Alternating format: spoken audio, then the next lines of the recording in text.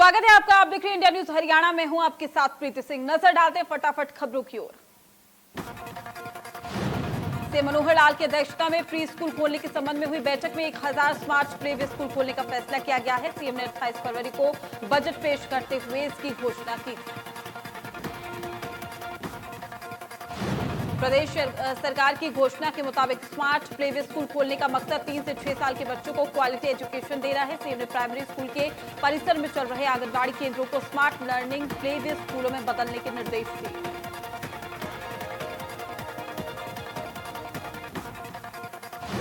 CM ने कहा कि स्मार्ट प्ले वे स्कूल के बच्चों के संज्ञानात्मक विकास के लिए पाठ्यक्रम को एनिमेशन और ऑडियो विजुअल के रूप में डिजाइन किया जाना चाहिए।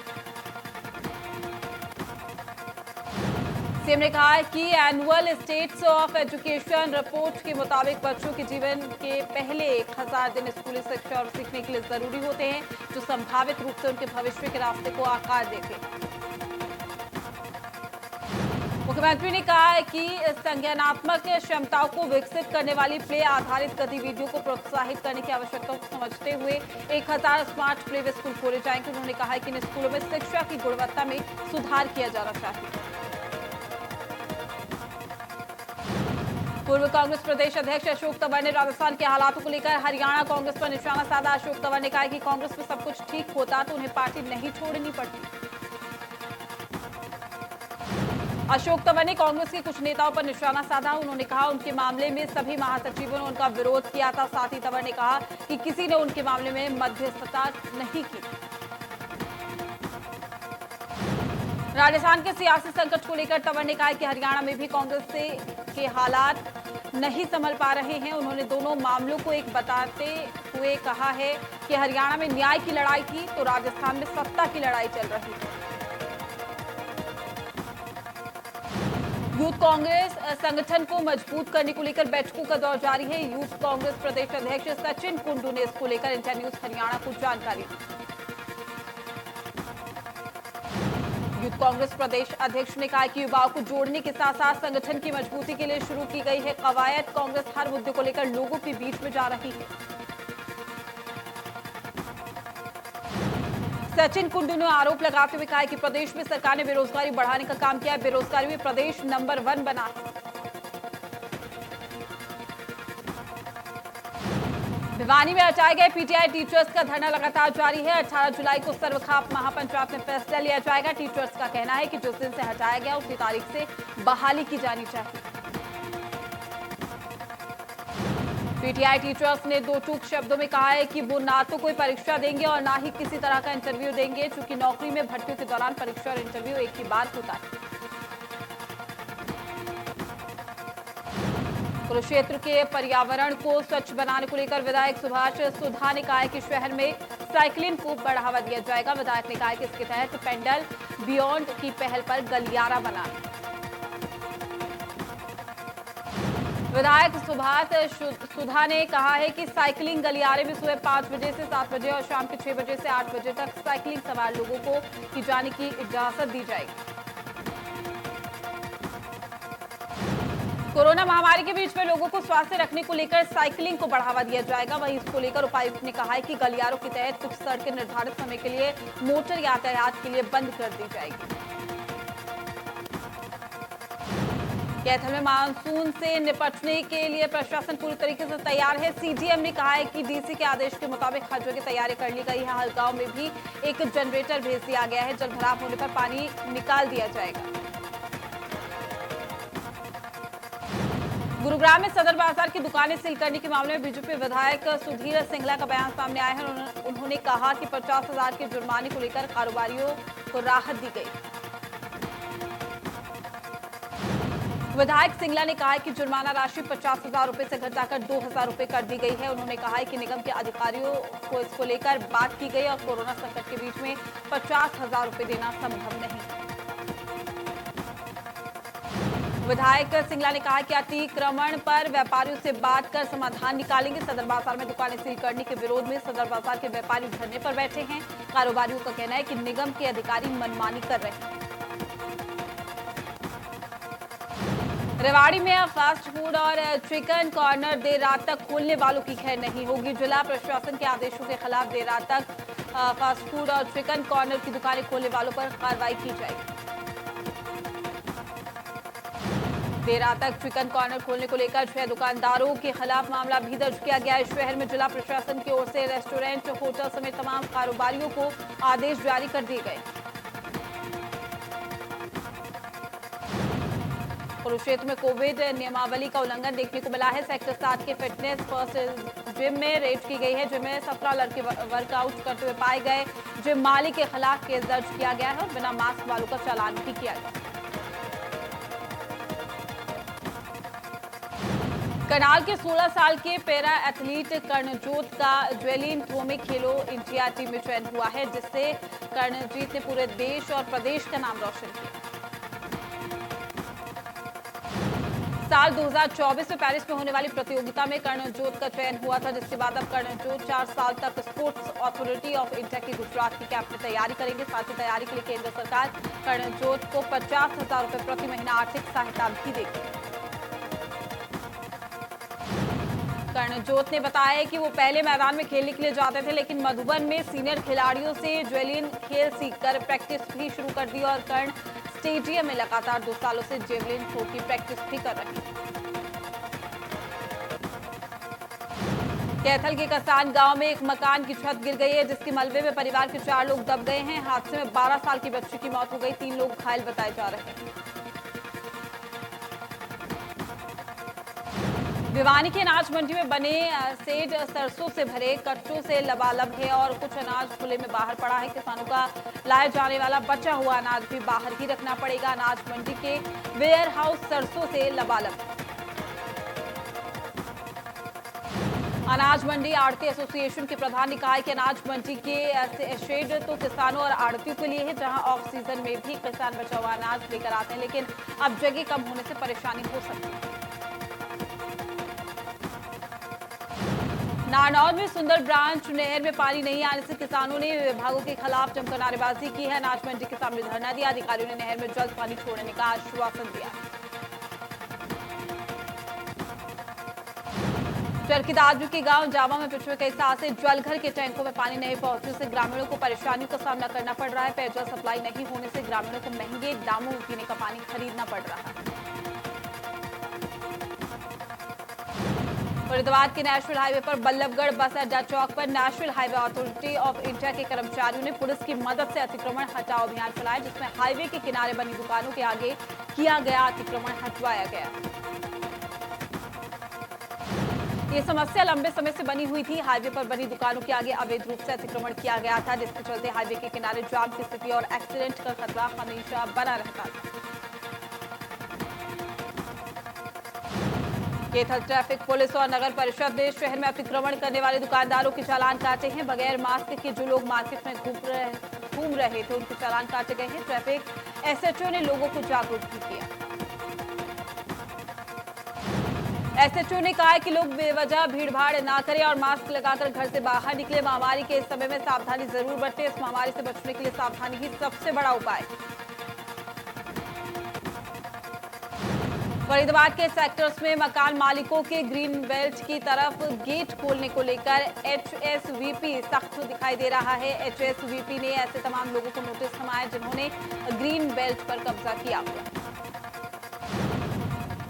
एचएसवीपी के ग्रीन बेल्ट पर कब्जा करने वाले तमाम लोगों को गेट बंद करने के लिए नोटिस दिया गया है। सेक्टर 14 और 15 की डिवाइडिंग रोड पर भी लोगों ने कब्जा किया हुआ।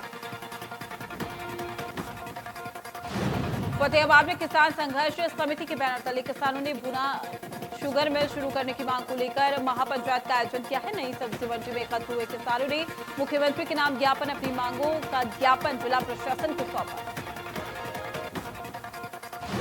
किसानों की महापंचायत की अगुवाई किसान नेता चांदीराम ने की है। इस दौरान उन्होंने कहा है कि भूना शुगर मिल बंद होने के चलते किसानों को काफी घाटा हो रहा है। गन्ने की बिजाई करने वाले किसान दूसरे इलाकों में जाकर गन्ना बेचने को मजबूर हैं।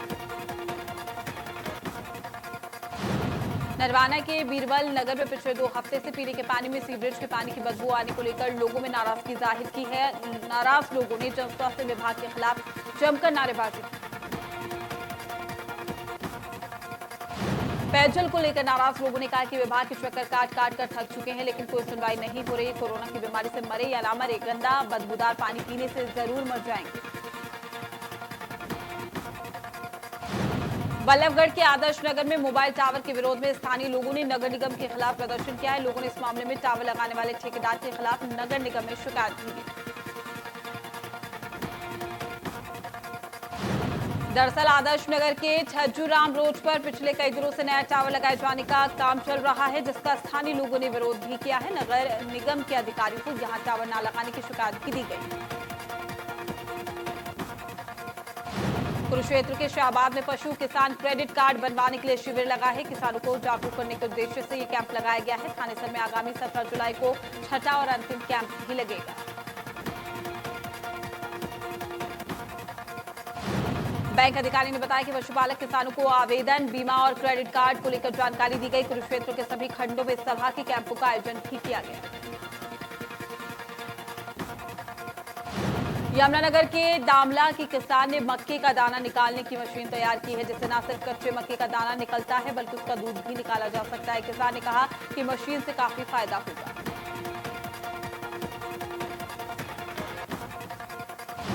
अम्बाला के शमशानों में मृतक का ऑनलाइन रिकॉर्ड दर्ज किया जाएगा। व्यक्ति की मौत के बाद डेथ सर्टिफिकेट लेने में परिजनों के सामने आने वाली समस्याओं के समाधान को हल करने के लिए अम्बाला प्रशासन ने कदम उठाया। इसके लिए बाकायदा नगर परिषद की तरफ से शमशानों में टैब भी दिए जाएंगे और संस्कार के समय ही मृतक की जानकारी ऑनलाइन अपलोड कर दी जाएगी। अधिकारियों ने कहा कि परेशानियां खत्म होंगी।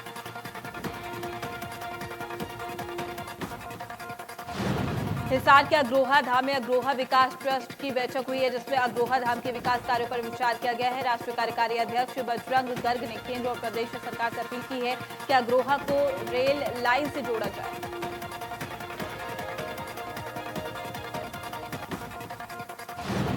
सोनीपत में दोस्ती की एक नई मिसाल पेश हुई है। दो छात्राओं के सीबीएसई 10वीं परीक्षा के रिजल्ट में बराबर अंक आए। दोनों सहेलियों ने जिले में टॉप भी किया है। प्रदेश में दूसरे और तीसरे स्थान पर आई।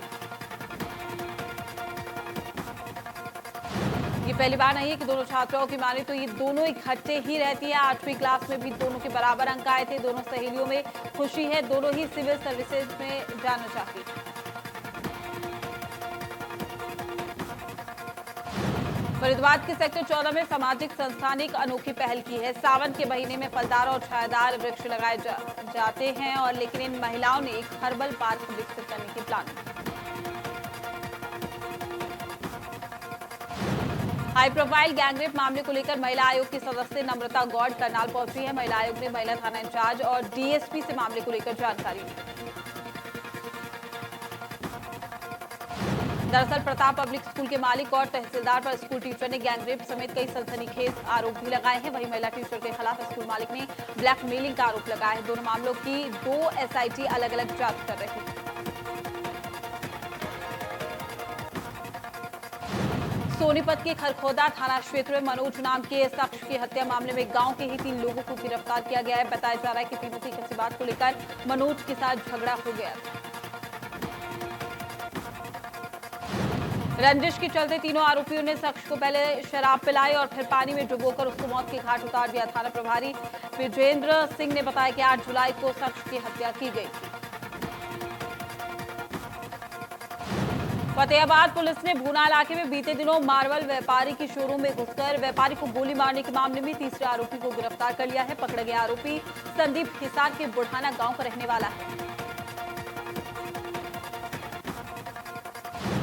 एसपी ने यह भी बताया कि आरोपी ने अपने 5 साथियों के साथ मिलकर भूना इलाके में मार्बल शोरूम में घुसकर व्यापारी को गोली मारी थी, जिसके बाद व्यापारी बुरी तरह से घायल भी हो गया था।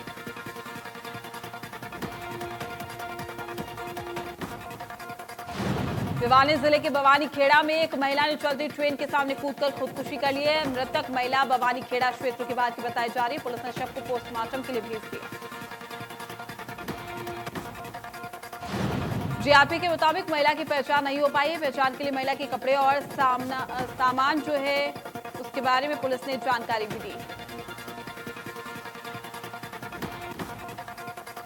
भिवानी पुलिस ने हत्या के करीब 8 साल पुराने मामले का पर्दाफाश किया है। जगराम गांव में एक जला हुआ शव पुलिस ने बरामद किया है। हत्या के मामले में पुलिस ने नारनौल से आरोपी को गिरफ्तार किया। थाना प्रभारी श्री भगवान के मुताबिक आरोपी ने 2 दिसंबर 2012 की रात को अपने बेटे और कुछ साथियों के साथ मिलकर अपने ही दोस्त गजराज का गला दबाकर उसकी हत्या कर दी थी। आरोपी ने शव को सड़क पर पेट्रोल से आग लगाकर फेंक दिया था। पुलिस के मुताबिक आरोपी कुलदीप ने मृतक के परिवार को अपने साथ रखना शुरू कर दिया था। मृतक की नाबालिग बेटी की अपने बेटे योगेश के साथ शादी कर दी गई।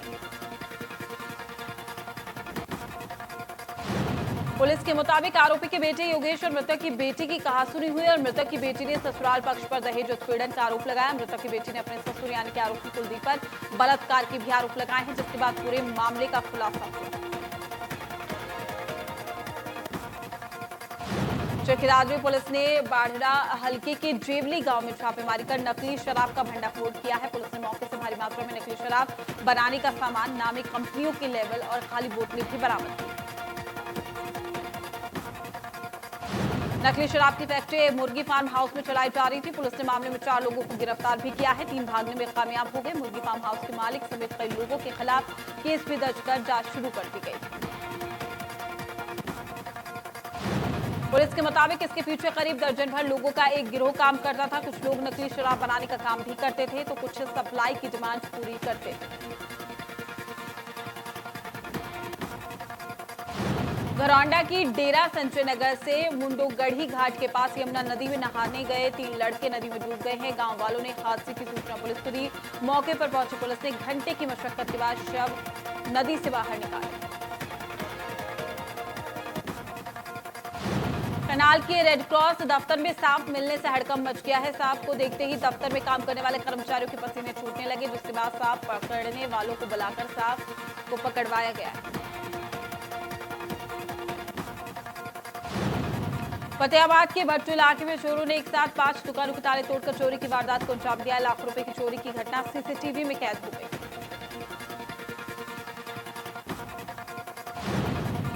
सीसीटीवी में 2 चोर लोहे की रॉड से दुकान का ताला तोड़ते हुए दिखाई दे रहे हैं। दुकान के अंदर कुछ सामान चुराते हुए, चोरी करते हुए एक ने मुंह पर कपड़ा बांध रखा है तो दूसरे का चेहरा साफ नजर आ रहा है। चोरी की सूचना मिलने के बाद पुलिस मौके पर पहुंचकर चोरों की पहचान करने में जुटी हुई है। दुकानदारों ने पुलिस प्रशासन से मामले में जल्द कार्रवाई की मांग की। सोनीपत में जिले में एक दिन में सामने आए कोरोना के 28 नए मामले। जिले में 2275 कुल कोरोना संक्रमित केस हैं। कोरोना से अब तक 24 मरीजों की मौत हो चुकी है। सिरसा में कोरोना के 7 नए मामले सामने आए हैं। अब तक जिले में कुल 238 कोरोना संक्रमित मरीज मिले हैं। जिले में 89 कोरोना मरीजों का इलाज चल रहा है। कोरोना से एक मरीज की मौत हुई। फरीदाबाद में जिन क्षेत्रों में कोरोना के केस ज्यादा हैं, क्षेत्रों में एंटीजन डायग्नोस्टिक टेस्ट वैन भेजकर कोविड-19 के टेस्ट मुफ्त में किए जाने, जिसका रिजल्ट मात्र आधे घंटे में ही सामने आ जाता है। बल्लभगढ़ की वार्ड 3 और 4 के लिए सेक्टर 23 के सामुदायिक भवन में विशेष कैंप का आयोजन किया गया है, जिसमें क्षेत्र के लोगों ने भारी संख्या में पहुंचकर अपने टेस्ट मुफ्त में करवाए। इस मौके पर कैबिनेट मंत्री मूलचंद शर्मा, कृष्णपाल गुर्जर ने स्वास्थ्य विभाग के अधिकारियों और कर्मचारियों को बधाई दी है। कहा कि लगातार कोविड-19 जैसी महामारी में ये जनता के लिए सेवा भाव से काम कर रहे हैं।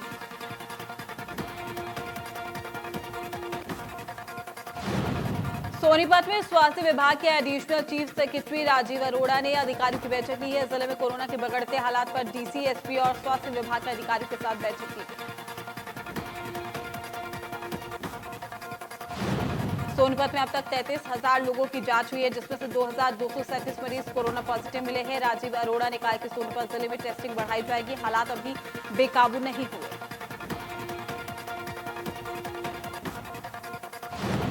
नूंह जिले के ताबड़ू पिनगवा शहर में कोरोना मरीजों की संख्या लगातार बढ़ रही है, जिसके चलते दोनों शहरों में तकरीबन 2 वार्डों को कंटेनमेंट जोन में शामिल किया गया है। जिला जैसे ईद के मौके पर कोरोना फ्री हुआ तो जिले के अधिकतर कंटेनमेंट जोन भी खत्म कर दिए गए हैं। एक बार फिर से कंटेनमेंट जोन बनाए जा रहे हैं। तावड़ू शहर में कंटेनमेंट जोन घोषित होने के बाद इन वार्डों की सीमाओं को पूरी तरह से सील कर दिया जाएगा। प्रदेश में कोरोना के 23,000 से ज्यादा केस, एक दिन में 678 नए मामले सामने आए हैं। एक दिन में कोरोना से 7 लोगों की मौत, कुल 319 लोगों की कोरोना से मौत। फरीदाबाद में 216, गुरुग्राम में 82, सोनीपत में 66 मामले सामने आए। कोरोना के 23,306 कुल केस हैं और 5,320 एक्टिव केस। महाराष्ट्र में एक दिन में 6,741 कोरोना के केस आए हैं। 2,67,665 कुल संक्रमित मरीज, 10,695 कोरोना मरीजों की मौत।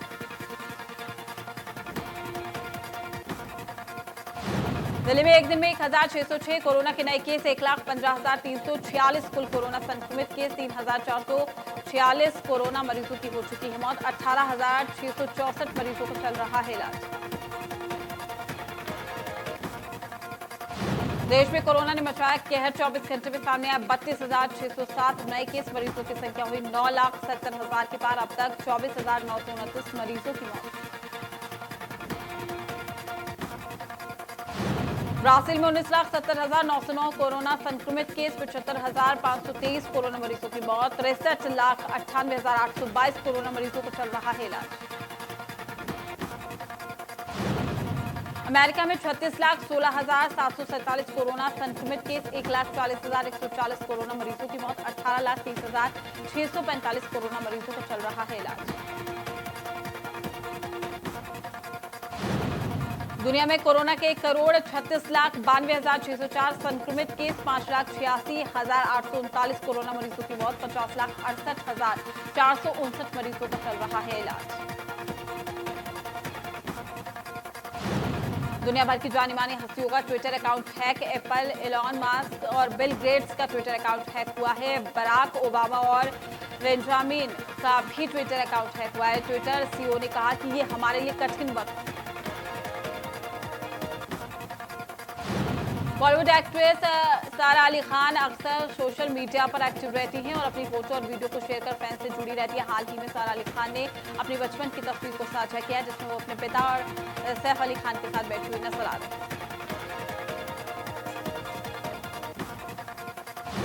हाल ही में सलमान खान और साई मांजरेकर का एक पुराना वीडियो सोशल मीडिया पर खूब वायरल हो रहा है, ध्यान खींच रहा है।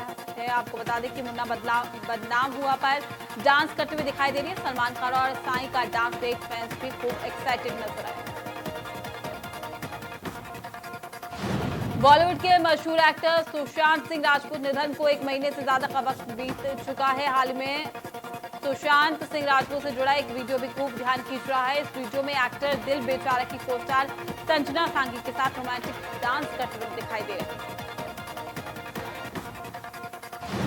राजकुमार और Fatima Sana Shaikh starrer film Ludo Netflix पर आएगी और इस बात का ऐलान खुद राजकुमार ने अपना इंस्टाग्राम पोस्ट के जरिए किया।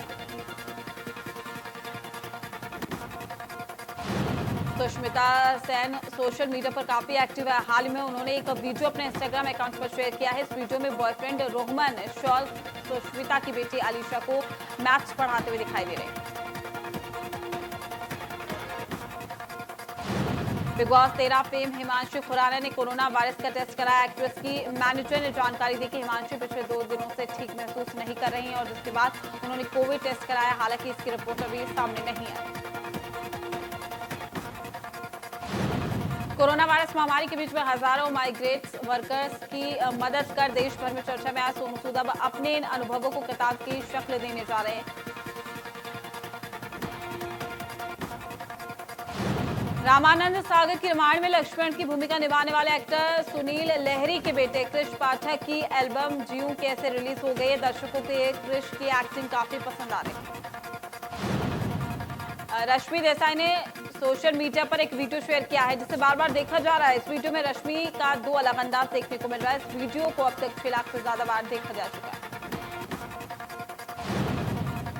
बिग बॉस 14 का फॉर्मेट इस बार लॉकडाउन और सोशल डिस्टेंसिंग बेस्ड होगा। इस बार शो के फॉर्मेट में भी कोरोना वायरस को देखते हुए कई बदलाव किए जा सकते हैं। कहा जा रहा है कि बिग बॉस 14 में लॉकडाउन कनेक्शन भी देखने को मिल सकता है।